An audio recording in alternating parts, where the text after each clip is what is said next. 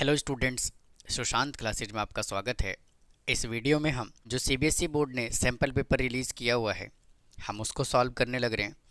इससे पहले मैंने अपने चैनल पे सेक्शन ए मैंने कंप्लीट सॉल्व करके अपलोड कर दिया है। आप सेक्शन ए जा कर के देख सकते हैं। तो आइए आज की क्लास स्टार्ट करते हैं और सेक्शन बी स्टार्ट करते हैं। क्वेश्चन नंबर 21 में हमें क्या गिवन है।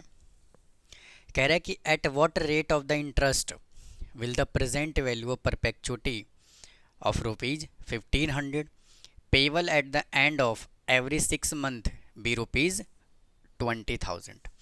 परपेचुटी उसने हमें दे दिया 20,000 और आर कितना है, आर है 1500 और हमें क्या बताना है, रेट ऑफ इंटरेस्ट बताना है। और उसने क्या बोला हुआ है, एवरी 6 मंथ, यानी कि आर इज इक्वल टू क्या हो जाएगा, आई अपॉन 100। और उसने क्या बोला है, एवरी 6 मंथ। तो मैं क्या करूँगा, इसको 2 से कर दूंगा डिवाइड, तो क्या आ जाएगा, आई अपॉन 200। और परपेचुटी का फॉर्मूला क्या होता है, आर अपॉन आई। तो पी यहाँ से कितना गिवन है, 20,000 इज इक्वल टू आर कितना गिवन है, 1500 divided by I upon 200। 20,000 is equal to 1500 into 200 divided by I. I is equal to कितना आ जाएगा, 200 इंटू 1500 डिवाइडेड बाई 20,000। देखिए 40 से 40 कैंसिल हो गया और 2 से 2 कैंसिल हो गया, कितना आ गया, 15%। तो ये देखिए इसका आंसर आ गया। अब आइए क्वेश्चन नंबर 22 की बात करते हैं। If A is a square matrix, A matrix हमें क्या गिवन है, ए मैट्रिक्स गिवन है 2 -2 -2 और 2 such that A square is equal to P A, then find the value of P. यानी कि कंडीशन हमें क्या गिवन है, A square is equal to P A. तो ए स्क्वायर यानी कि 2 -2 -2 2, इसको 2 बार मल्टीप्लाई कर लेंगे।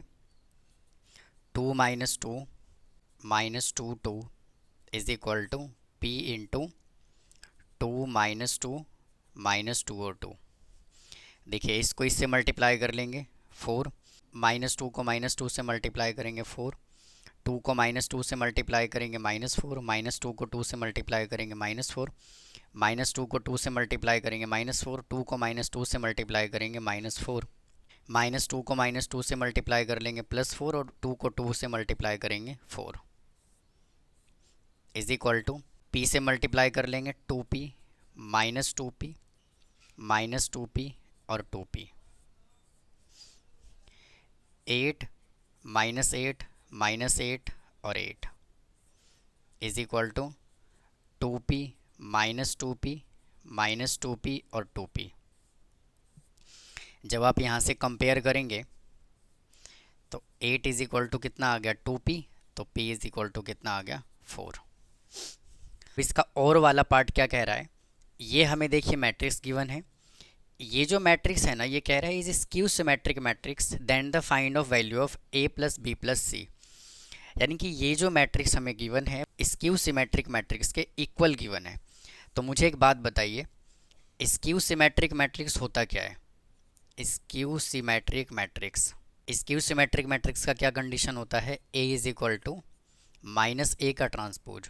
तो a मैट्रिक्स देखिए हमें ये गिवन है 0 a 3 2 b -1 c 1 0 is equal to 0 a 3 2 b -1 c 1 और 0, इसका transpose 0 a 3 2 b -1 c 1 0 is equal to minus, और इसका कर देंगे ट्रांसपोज 0 2 c a b 1 3 -1 और 0 0 a 3 2 b -1 c 1 0 is equal to, minus से अंदर मल्टीप्लाई कर दीजिए, आ जाएगा 0 -2 -c -a -b 1 -3 +1 और 0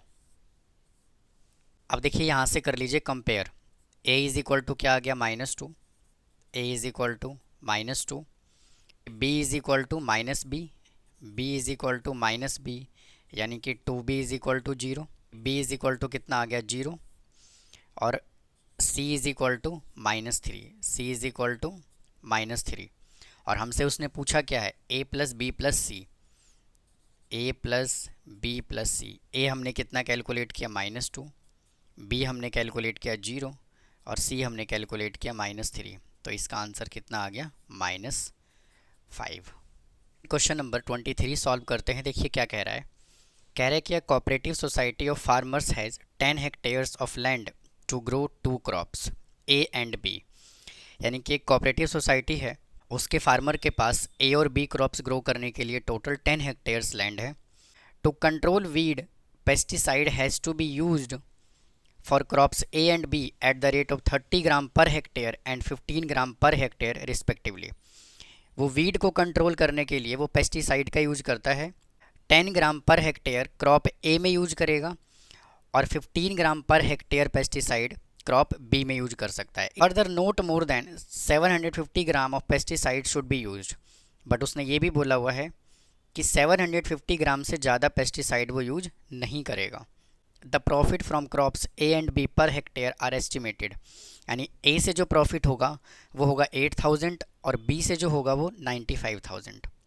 Formulate the above problem LPP in order to allocate land and each maximum total profit. Let land require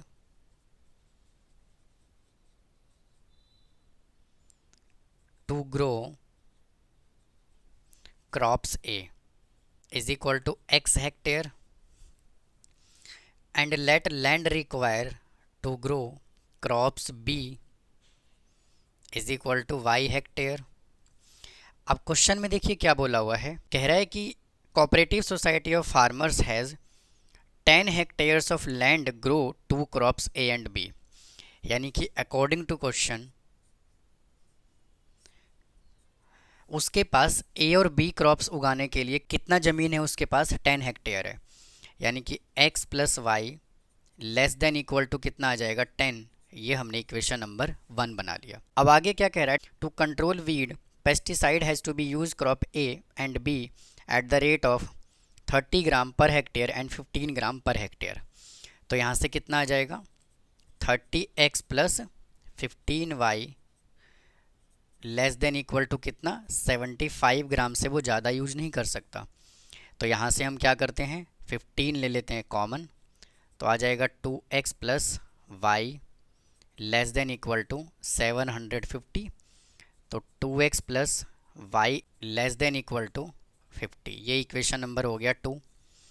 और उसने देखिए प्रॉफिट कितना बोला हुआ है, जिसको हम z से रिप्रेजेंट करते हैं।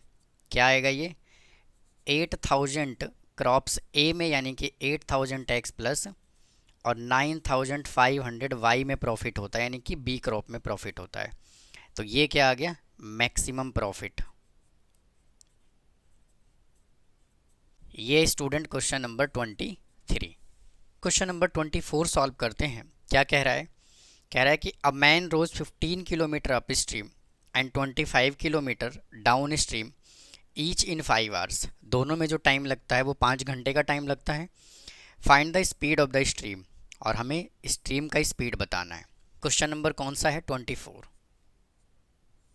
तो मैं यहाँ से एज्यूम कर लेता हूँ let speed of boat is equal to x kilometre per hour and speed of stream is equal to y kilometre per hour. Speed in downstream कितना आ जाएगा, डाउन स्ट्रीम का स्पीड हो जाएगा x plus y kilometre per hour. तो speed in upstream कितना हो जाएगा, इसका हो जाएगा x minus y kilometre per hour. और अप स्ट्रीम हो या डाउन स्ट्रीम हो, दोनों का टाइम हमें कितना गिवन है 5 घंटे। तो फॉर्मूला क्या अप्लाई कर लेंगे, स्पीड कितना है x प्लस वाई, और टाइम कितना है 5 घंटे, और टोटल डिस्टेंस कितना है 25। यानी कि speed into time is equal to क्या होता है, डिस्टेंस। तो यहाँ से x plus y is equal to कितना आ गया 5, ये इक्वेशन नंबर हो गया 1। और वापस से x minus y into 5 is equal to 15। ये अप स्ट्रीम का स्पीड है, यानी speed in upstream into time is equal to distance. तो यहाँ से आ जाएगा x minus y is equal to 3। ये इक्वेशन नंबर हो गया 2। अब दोनों इक्वेशन को सॉल्व कर लेते हैं। x plus y is equal to 5 और x minus y is equal to 3, ये कैंसिल हो गया। 2x इज इक्वल टू कितना आ गया 8। तो x इज इक्वल टू कितना आ गया 8 divided by 2 is equal to 4। अब क्या करेंगे, x की वैल्यू को फर्स्ट इक्वेशन में पुट कर देंगे। तो x plus y is equal to 5, तो 4 plus y is equal to 5, तो y इज इक्वल टू कितना आ गया 1। स्पीड इन स्ट्रीम बताना है, तो क्या आ गया यहाँ से आंसर 1 किलोमीटर पर आवर। अब देखिए 24 का जो और वाला क्वेश्चन है वो क्या कह रहा है, उसको भी डिस्कस कर लेते हैं। A can run 40 metres while B runs 50 metres in the same time in a 1000 metre race, find by how much distance B beats A upon B is equal to कितना आ जाएगा, A रनिंग करता है 40 metre का और B running करता है 50 metre का। और क्वेश्चन में हमसे उसने क्या पूछा हुआ है, क्वेश्चन में पूछा हुआ है कि B ने A को कितने मीटर से हराया। तो क्या करेंगे, B को बना लेंगे 1000, क्योंकि 1000 मीटर का रेस है। 20 से इसको मल्टीप्लाई कर लेंगे और 20 से इसको मल्टीप्लाई कर लेंगे। तो A upon B is equal to यहाँ से कितना आ गया 800 डिवाइडेड बाई 1000। तो देखिए डिफरेंस कितने का है, डिफरेंस है टोटल 200 मीटर का। तो आप यहाँ से क्या लिखेंगे, B beats A by 200 metres. तो ये देखिए और वाला क्वेश्चन था। आप इसको ऐसे भी सॉल्व कर सकते हैं, B run 50 metres then A run कितना 40 मीटर्स। तो बी रन 1 मीटर, तो ए कितना रनिंग करेगा 40 अपॉन 50। तो भी देखिए यही वाला केस बनेगा। रेस कितने मीटर का है, बी रन 1000 मीटर, तो ए कितना रनिंग करेगा 40 अपॉन 50 इंटू 1000। तो ये देखिए बिल्कुल ये सेम केस बन गया। तो आप कैंसिल करेंगे, 0 से 0 कैंसिल हो गया, 5 से कैंसिल करेंगे 20 पे, तो कितना आ गया 800। अगर बी रनिंग करता है 1000 मीटर तो ए कितना रनिंग करता है 800 मीटर। तो डिफरेंस कितने का हुआ 200 मीटर का हुआ। क्वेश्चन नंबर 25 सॉल्व करते हैं। सेक्शन बी का लास्ट क्वेश्चन क्या कह रहा है, अ machine produce washers of thickness 0.50 mm। यानी कि एक मशीन है जो वाशर को प्रोड्यूस करता है, उसका थिकनेस कितना गिवन है 0.50 mm। To determine whether the machine is in proper working order, a sample of the 10 washers is chosen for which the mean thickness is 0.53 mm and the standard deviation 0.03 mm. The test hypothesis at 5% level of significance that the machine is working in the proper order. Total number of washer है कितना 10 washer है, यानी कि n उसने हमें, ये question number 25 है, n उसने हमें कितना दे दिया 10। और क्या कह रहा है, मीन जो दिया हुआ है वो कितना दिया हुआ है 0.53, यानी कि मीन उसने हमें कितना दे दिया 0.53 mm। स्टैंडर्ड डेविएशन आ गया 0.03 mm। और हमें देखिए चेक किस पे करना है, machine produce washer of thickness 0.5 mm, यानी कि यहाँ से नल हाइपोथेसिस कितना हो जाएगा, नल हाइपोथेसिस यानी कि H नोट यहाँ से कितना आ जाएगा म्यू इज इक्वल टू, और ऑल्टरनेट हाइपोथेसिस यहाँ से कितना आ जाएगा जिसको हम HA से रिप्रेजेंट करते हैं।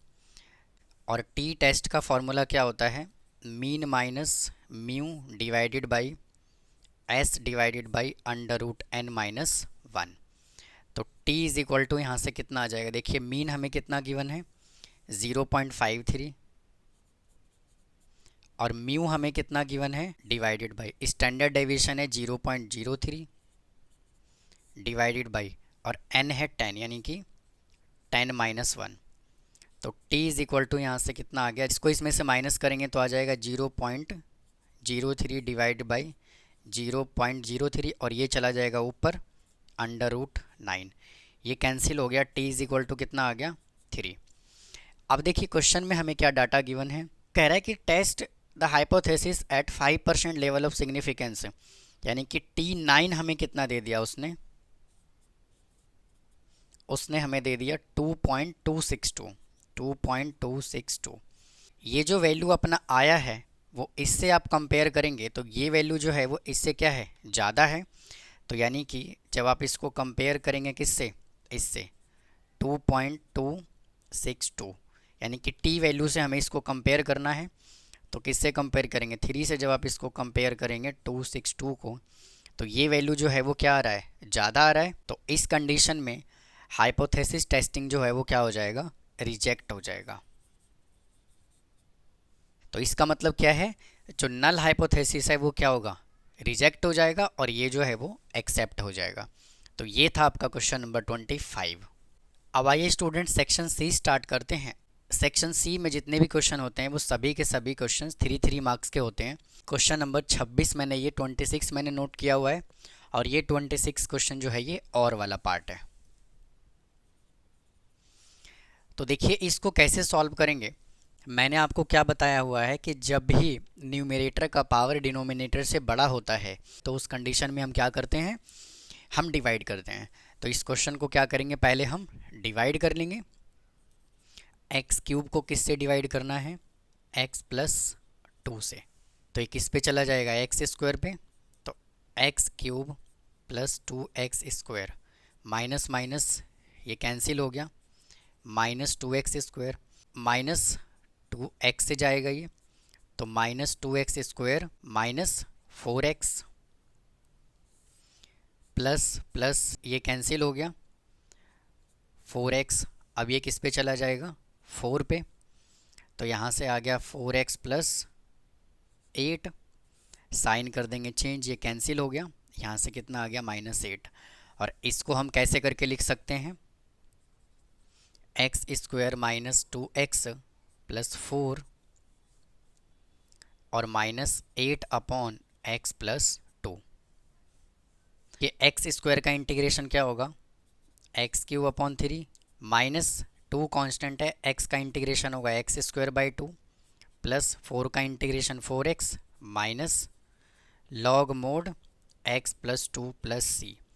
तो इससे कैंसिल ये हो गया, यहाँ से कितना आ गया, x³ -x² + 4x log mod x + 2 + c। अब इसके और वाले पार्ट में देखिए क्या है, इसमें देखिए आप चेक कर पा रहे हैं क्या कि इसमें कोई सब्स्टिट्यूशन मेथड लग रहा है, डायरेक्ट हो रहा है सॉल्व, तो बिल्कुल नहीं हो रहा। इसमें क्या लगेगा, इंटीग्रेशन बाय पार्ट्स का यूज करेंगे हम। यानी कि इंटीग्रेशन बाय पार्ट्स में क्या होता है, LAE, यानी कि लॉगरिथमिक फंक्शन पहले आता है, अलजेब्रा बाद में आता है, और एक्सपोनेंशियल उसके बाद आता है। तो हम क्या करते हैं, इसको एज्यूम कर लेंगे फर्स्ट फंक्शन और इसको एज्यूम कर लेंगे सेकेंड फंक्शन। तो इसको अरेंज कर लेते हैं पहले, log x into x² + 1 into dx। First function as it is, यानी log x as it is, और integration of second function minus derivative of first function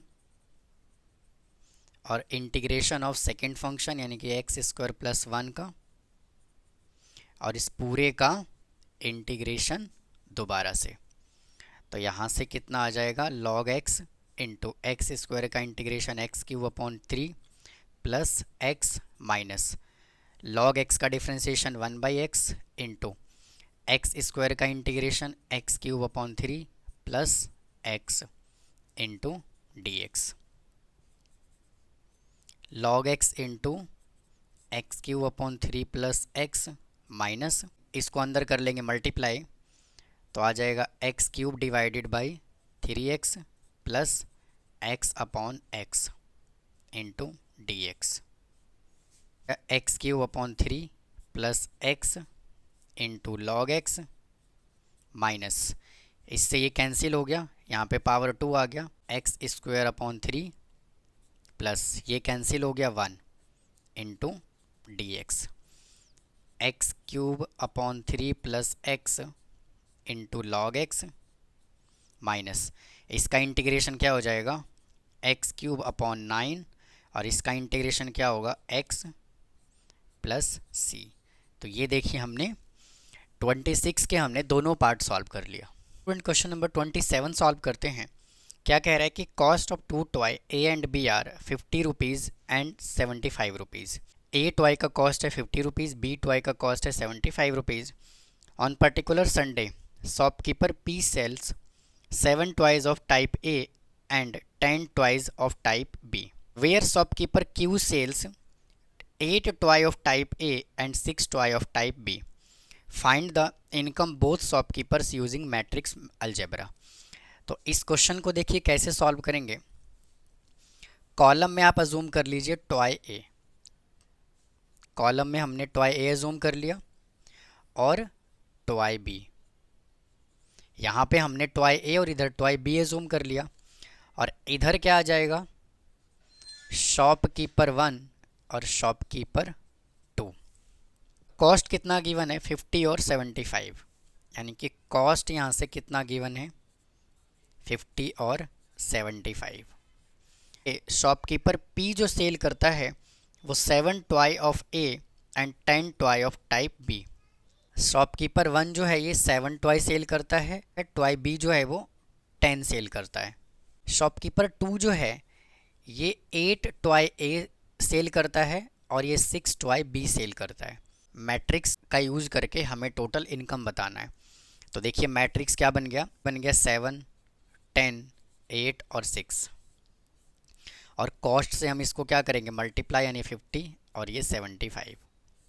तो 7 को 50 से मल्टीप्लाई कर लेंगे 350, इसको इससे मल्टीप्लाई करेंगे 750, 8 को इससे मल्टीप्लाई करेंगे 400 और 6 को इससे मल्टीप्लाई कर लेंगे तो 6 5 जा 30, 6 7 जा 42 और ये आ जाएगा 45 इज इक्वल टू 1100 और 850,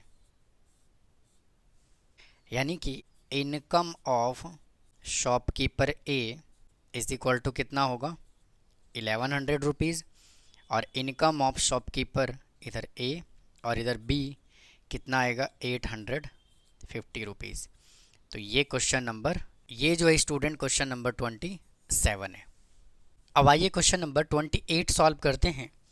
कह रहा है कि find the interval in which the function F X is equal to, हमें ये गिवन है, इंक्रीजिंग और डिक्रीजिंग इंटरवल हमें बताना है। तो यहाँ से देखिए फंक्शन हमें क्या गिवन है, F X is equal to 2x cube minus 9x square plus 12x minus 5।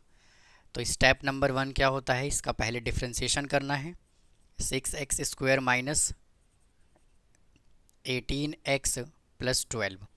Next step क्या है, इसको 0 के इक्वल पुट करना है, 6x square minus 18x plus 12 is equal to 0। 6 यहाँ से कॉमन आ जाएगा, X square minus 3x plus 2 is equal to 0, X square minus 3x plus 2 is equal to 0, इसका फैक्टर बना लेंगे, X square minus 2x minus X plus 2 is equal to 0, X common आ गया, x minus 2 minus 1 common आ गया, x minus 2 is equal to 0, x minus 1 into X minus 2 is equal to 0। x के यहाँ से दो वैल्यू पॉसिबल है, x is equal to 1 और x इज इक्वल टू 2। अब देखिए क्या करेंगे, इसको हम नंबर लाइन पे रिप्रेजेंट करेंगे। ये मैंने यहाँ पे नंबर लाइन बना दिया, इधर माइनस इन्फिनिटिव, इधर प्लस इन्फिनिटिव, और ये 1 और ये 2। तो देखिए फर्स्ट इंटरवल क्या बनेगा, माइनस इन्फिनिटिव से 1 तक, और सेकेंड इंटरवल क्या है, 1 से लेकर के 2 तक, और थर्ड इंटरवल क्या है, 2 से इन्फिनिटिव तक। तो अब चेक करते हैं, देखिए 1 से लेकर के इन्फिनिटिव तक वैल्यू आप पुट करेंगे, x की जगह पे क्या करेंगे, 0 पुट कर लेते हैं। भाई 1 से जब आप इधर चलोगे, लेफ्ट हैंड साइड चलोगे तो 0 ही पुट करेंगे। तो 0 किस में पुट करना है, इसके अंदर। तो जब आप x की जगह पे 0 पुट करोगे -1, इंटू 0 माइनस 2, और जब आप इसको मल्टीप्लाई करोगे तो क्या आएगा +2, तो इधर क्या आ गया पॉजिटिव। अब देखिए 1 और 2 के बीच में हम क्या करते हैं 1.5 पुट कर लेते हैं। तो वापस से यहाँ पे x की जगह पे इस इक्वेशन में हमें पुट करना है x की जगह पे 1.5, तो 1.5 माइनस 1 और 1.5 माइनस 2, 0.5 इंटू माइनस 0.5, तो जब मल्टीप्लाई करेंगे तो साइन क्या आएगा नेगेटिव, तो इस इंटरवल में आ गया नेगेटिव। अब क्या करेंगे 2 से लेकर के इन्फिनिटी तक जब वैल्यू पुट करेंगे तो 2 से बड़ा वैल्यू अब 3 पुट कर दीजिए। तो x की जगह पे 3 पुट करोगे तो यहाँ पे कितना आ जाएगा 3 माइनस 1 और 3 माइनस 2, तो ये क्या आएगा पॉजिटिव, तो ये क्या आ गया यहाँ से पॉजिटिव।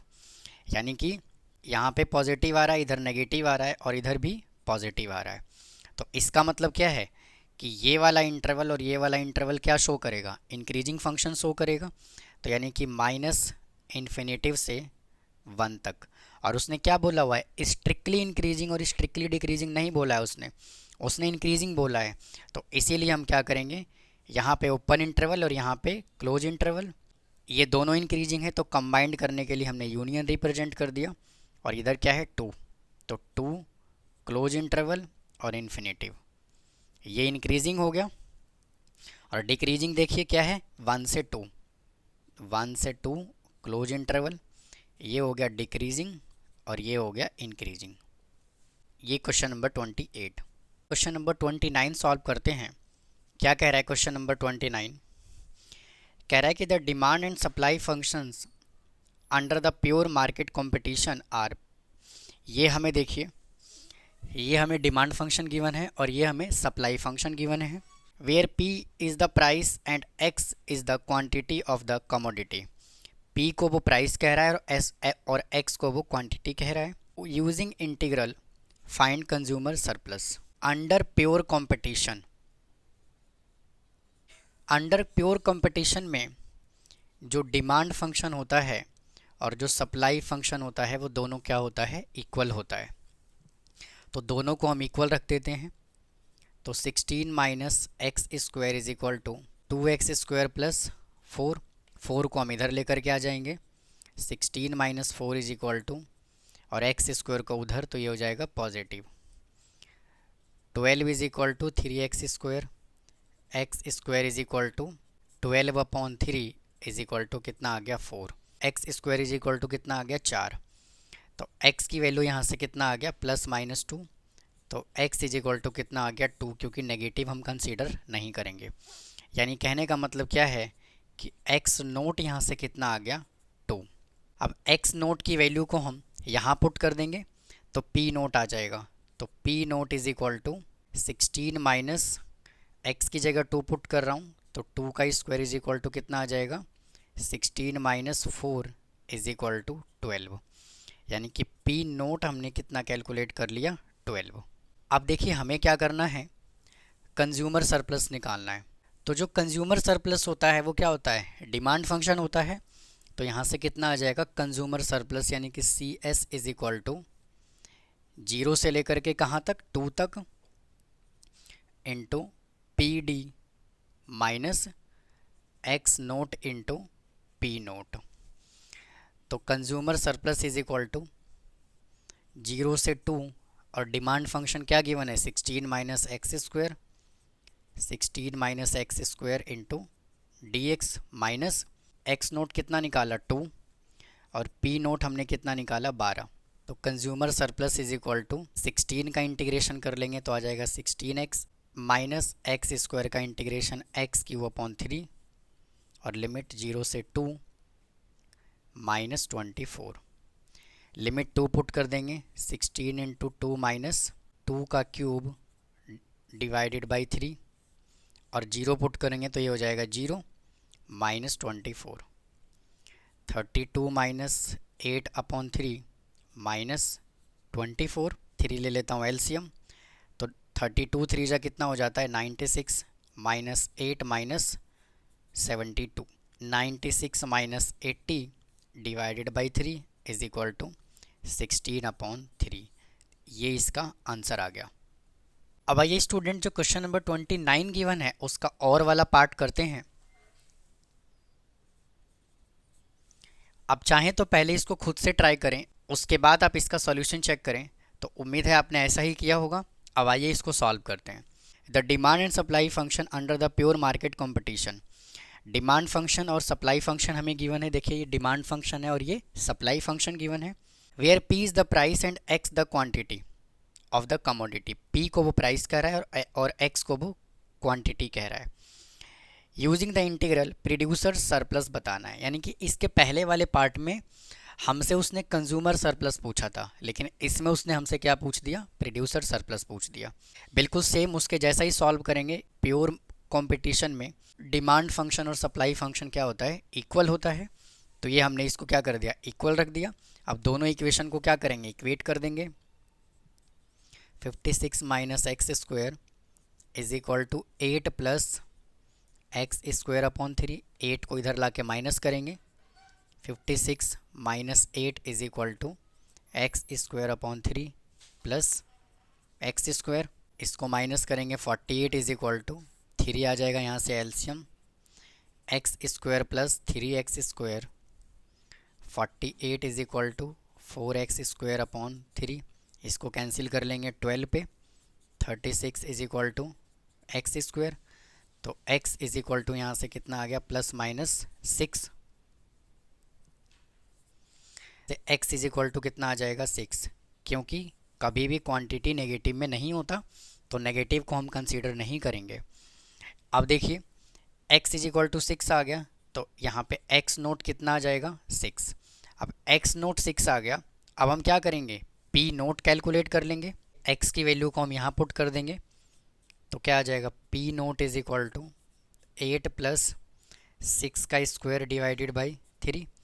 तो 8 प्लस 36 डिवाइडेड बाई 3, इससे कैंसिल करेंगे 12 पे। और 8 और 12 कितना होता है, 20। यानी कि p नोट कितना आ गया, 20। और इसमें हमें क्या करना है, प्रोड्यूसर सरप्लस बताना है। तो जो प्रोड्यूसर सरप्लस होता है वो क्या होता है, सप्लाई फंक्शन होता है। तो यहाँ से P S is equal to कितना आ जाएगा, X naught into P naught minus 0 से 6 लिमिट है, supply function into D X. X naught हमने 6 कैलकुलेट किया, पी नोट हमने 20 कैलकुलेट किया, माइनस 0 से 6। ये सप्लाई फंक्शन क्या है, 8 plus X square upon 3 into D x. 120 minus 8 का इंटीग्रेशन हो जाएगा 8x प्लस 1 अपॉन 3 कॉन्स्टेंट है, और एक्स स्क्वायर का इंटीग्रेशन हो जाएगा एक्स क्यूब अपॉन 3, और ये लिमिट 0 से 6। 120 minus 8x plus x cube upon 9, limit 0 से 6। 120 minus 8 into 6 plus 6 into 6 into 6 divided by 9। और जब 0 इसके अंदर पुट करेंगे तो ये भी 0 और ये भी 0, तो यहाँ से कितना आ जाएगा, 0। तो 120 माइनस 48 प्लस, इसको कैंसिल कर लेंगे। 3 3 जा 9, 3 2 जा 6, 3 1 जा 3, 3 2 जा 6, 6 2 जा 12 और 12 2 जा 24। 120 माइनस 72, और इसको जब माइनस करेंगे तो आ जाएगा कितना, 48 यूनिट्स। और स्टूडेंट, अगर आपको कोई डाउट है तो प्लीज़ कमेंट बॉक्स में कमेंट करें, चैनल को सब्सक्राइब करें, वीडियो को लाइक करें। अब आइए क्वेश्चन नंबर 30 सॉल्व करते हैं। देखिए क्या कह रहा है। Mister Surya borrowed a sum 5 lakh rupees with total interest to paid 2 lakh rupees flat. यानी कि मिस्टर सूर्या ने 5 लाख रुपए का लोन लिया और उस पर 2 लाख रुपए का उन्होंने इंटरेस्ट पे किया, और किस मेथड से, फ्लैट रेट मेथड बोला हुआ उसने। And he is paying an EMI of rupees 12,500, और वो 12,500 का EMI पे करते हैं। तो कैलकुलेट लोन टेन्योर, यानी कि मंथली कितना इंस्टॉलमेंट जाएगा हमें ये बताना है। इसमें हमें n बताना है कि वो कितने महीने तक वो EMI पे करते रहे। तो आइए सॉल्व करते हैं। इसमें देखिए p कितना हमें गिवन है, उन्होंने लोन कितना लिया था, 5 लाख रुपए का, और इंटरेस्ट उन्होंने कितना पे किया, 2 लाख रुपए का। वो EMI पे करते हैं कितना, 12,500 रुपीज़। तो फ्लैट रेट मेथड में ईएमआई का क्या फॉर्मूला होता है? Principal plus interest divided by number of years. तो ईएमआई कितना उन्होंने दिया? 12,500 का, और पी कितना है? 5 लाख रुपए, और इंटरेस्ट है 2 लाख रुपए, डिवाइडेड बाई एन हमें कैलकुलेट करना है। तो क्रॉस मल्टीप्लाई कर लेंगे, 12,500 into N is equal to 7 lakh. तो एन इज इक्वल टू यहाँ से कितना आ गया? 7 लाख डिवाइडेड बाई 12,500। 2 जीरो से 2 जीरो कैंसिल हो गया, इससे कैंसिल करेंगे तो आ जाएगा कितना? 56। तो n इज इक्वल टू कितना आ गया? 56। ये हमने क्वेश्चन नंबर 30 सॉल्व कर लिया। अब आइए क्वेश्चन नंबर 31 सॉल्व करते हैं, यानी सी सेक्शन का लास्ट क्वेश्चन क्या कह रहा है। Mister Sharma wants to send his daughter abroad for higher study after 10 years. Mister Sharma 10 साल के बाद अपनी बेटी को हायर स्टडी के लिए अब्रॉड भेजना चाहते हैं। He sets up a sinking fund in order to have 5 lakh rupees after 10 years. वो एक सिंकिंग फंड बनाना चाहते हैं, कितने रुपए का? 5 लाख रुपए का। How much should he set aside semi annually into an account paying 5% per annum compounded annually. वो कितना अमाउंट हाफ ईयरली डिपॉजिट करें सिंकिंग फंड में कि उनको 10 साल के बाद 5 लाख रुपए मिल जाए, हमसे ये पूछा हुआ। यानी कि क्वेश्चन जो है वो किसका है? सिंकिंग फंड का क्वेश्चन है। अमाउंट कितना गिवन है? अमाउंट गिवन है 5 लाख रुपए, और टाइम हमें कितना गिवन है? 10 ईयर्स। इसका मतलब, और वो क्या कह रहा है क्वेश्चन में? हाफ ईयरली बोल रहा है। तो यानी कि इसको क्या करेंगे? 2 से कर देंगे मल्टीप्लाई, तो आ जाएगा कितना? 20 हाफ ईयरली। और रेट ऑफ इंटरेस्ट कितना है? 5% है, ये भी हाफ ईयरली है। आर इज इक्वल टू क्या होता है? I/100 is equal to 5/100 into, और हाफ ईयरली बोला हुआ है तो हम इसको 2 से डिवाइड भी करेंगे, इसको कैंसिल कर लेंगे, कितना आ जाएगा? 2.5। तो इधर से कितना आ गया? 2.5 डिवाइडेड बाई 100। इसका डेसिमल हटाइए, 0 लगाइए, कितना आ गया? 0.025। ए का फॉर्मूला क्या होता है? R into 1 + I raise to power n-1 divided by I। तो ए यहाँ पे कितना गिवन है? 5 लाख रुपए, इज इक्वल टू आर हमें कैलकुलेट करना है 1 प्लस, और आई हमने ये कैलकुलेट किया 0.025, और टाइम कितना आ गया? 20, यानी कि 20 - 1 डिवाइडेड बाई 0.025। इसको क्रॉस मल्टीप्लाई कर देंगे, 5 lakh into 0.025 is equal to R into, इसको ऐड करेंगे 1.025 रेज टू पावर 20 - 1। इसको देखिए मल्टीप्लाई करेंगे, डेसिमल के बाद कितने डिजिट है? 3 डिजिट है, तो 3 जीरो तो कैंसिल हो जाएगा। 25 को 5 से मल्टीप्लाई करेंगे तो आएगा 125, और ये 2 जीरो बच गया तो 2 जीरो लगा दिया, is equal to R into. अब इसका वैल्यू देखिए क्वेश्चन में हमें गिवन है 1.6386 - 1, 12500 is equal to R into, इसको माइनस करेंगे आएगा 0.6386। तो r इज इक्वल टू यहाँ से कितना आ जाएगा? 12500 डिवाइडेड बाई 0.6386। इसको डिवाइड करेंगे तो आ जाएगा 19574.07 रुपीज़। यानी कि उनको हर 6 महीने में 20 सालों तक 19,574.07 रुपीज़ उनको डिपॉजिट करना पड़ेगा सिंकिंग फंड में, अगर वो 5 लाख रुपए का सिंकिंग फंड बनाना चाहते हैं तो। Student question number 31। इसी तरह से हमने इस पार्ट में 2 सेक्शन कंप्लीट किया, सेक्शन बी और सी। तो उम्मीद है स्टूडेंट आपको मेरा कंटेंट पसंद आ रहा होगा। अगर आपको कोई डाउट है तो प्लीज़ कमेंट बॉक्स में कमेंट करें, वीडियो को लाइक करें, चैनल को सब्सक्राइब करें। फिर मिलता हूँ किसी और वीडियो में। थैंक यू, धन्यवाद।